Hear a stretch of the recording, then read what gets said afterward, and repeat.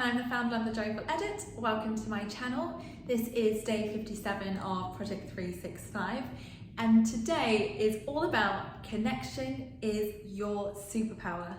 And I wanted to talk to you about this because I think since COVID, we've become kind of isolated beings and our whole world has kind of got tipped upside down.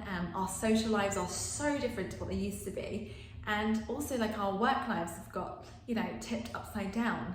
And yes, obviously there's been benefits to that. And, we've all enjoyed working from home and not having the commute and not having to go to the office, sometimes wearing our pajamas whilst we're on a Teams call.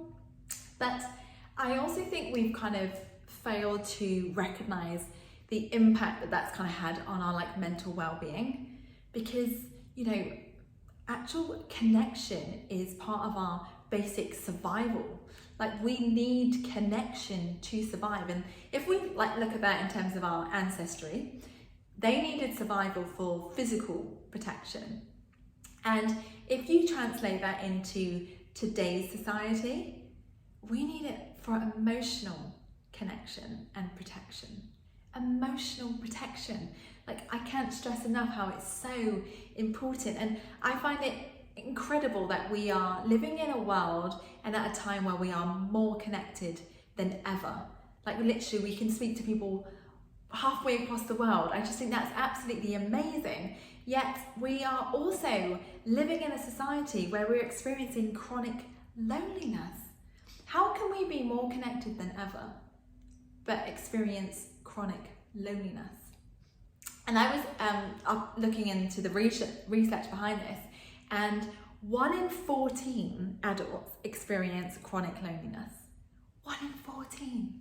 I knew the statistic would be quite high, but I didn't appreciate that it would be quite as high. And I absolutely can put my hand up and say that, yeah, I've been one of those people. And that's quite hard to admit, because I feel like there's some kind of shame in it, and absolutely there isn't.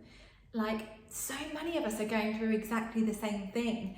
And I think another stat thing that I read up on was that 4 out of 10 doctors were reporting that the elderly were simply making doctor's appointments because they wanted someone to speak to. They were making doctor's appointments simply because they wanted that connection. And I think that's incredibly sad. And why is it that we all want exactly the same thing, yet we're not coming together? If so many of us experiencing loneliness and isolation, the key is each other and bringing each other closer together. And I just think it's so important for us to kind of recognize that, the connection to our lives is almost as essential as, having the really healthy food and exercising and sleep. It's so important, yet we are just accepting the fact that we are living in this world and, that we no longer have that kind of connection, and we're just changing society. And I've got some practical tips that I want to share with you, which is going to help combat that isolation and that loneliness. And the first one is spread kindness like confetti. I just love that phrase. Spread kindness like confetti. Every little bit of social interaction that you have, it just builds throughout the day, that connection. And whether we've talked about this before, smiling to strangers, having that conversation to passers-by, or when you are ordering your food or whatever it is, all of these things build up. And also it gives us a sense of belonging and community. And I think so often it can be underestimated, these kind of micro connections that we're having, but actually it's essential for us stopping kind of the disconnect from growing. So I massively encourage you to spread kindness like confetti. The second is volunteer. Like I said in the beginning, there are so many of us that are desperate for interaction and conversation and to have that connection. And there's so many charities that you can sign up to and volunteer, whether that's Age UK or other charity groups that you can sign up to as well. And also it gets you into a situation where you're interacting with others, but you're also doing something good. You're supporting your community, you're making a difference. So I actively encourage you to go out and volunteer, and it will have such a big boost on like your well-being and how you feel, and also how you make others feel. Number 3 is scheduling dates with family and friends. Like, one of my biggest priorities is family and friends. And you know, when I look back on my time, like how much time have I actually spent with my family and friends? Like, yes, I like text them and we sometimes call and all of that, but in actual physical like meeting up and having that connection, like, it's not where I want it to be. And you know, I can spend days where I have not seen anyone. Like, obviously I'll go to the shops and things like that, but I mean like properly, like having that bond and having that connection. And so it's so important. I know that life can get super busy, but that is something that shouldn't fall at the wayside. Like, other things can wait. It's so important for your like mental health and your well-being to see those people, and they are some of the best people in our lives, and that's why it's important that we make them a priority.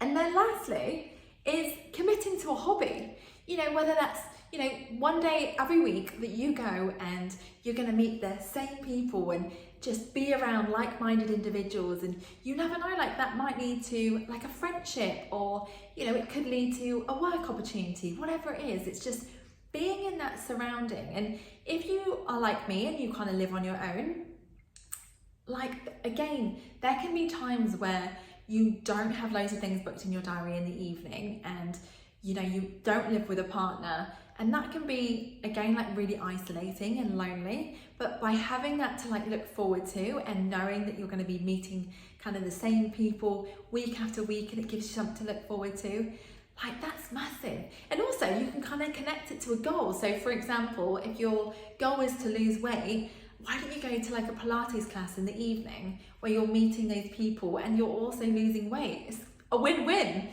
So I really want to encourage you to start thinking about how connection is your superpower, and to start using it, and to think about the 4 things that we talked about. So just to summarize: spread kindness like confetti, volunteer, schedule dates with family and friends, and commit to a hobby. I really hope that you enjoyed today's video, and I hope you have the most wonderful weekend with friends and family, and just do things that you absolutely love. And I really look forward to seeing you tomorrow. And if this video like resonates with you, then please like and subscribe if you haven't already done so, and share with other people, because like I said, and like I always say, I want to spread this message to as many people as possible. And I believe wholeheartedly that we can cure this chronic loneliness, like each of us, with our connections and how we go about our day, and you know, raising our levels of what we can expect, and making a difference, and being the people that kind of are vulnerable and put ourselves out there. We can cure that together, and we become so much happier and fulfilled. And like I said, like, it is our superpower. So I hope that you really enjoyed this. I look forward to seeing you tomorrow, and thank you so much for watching.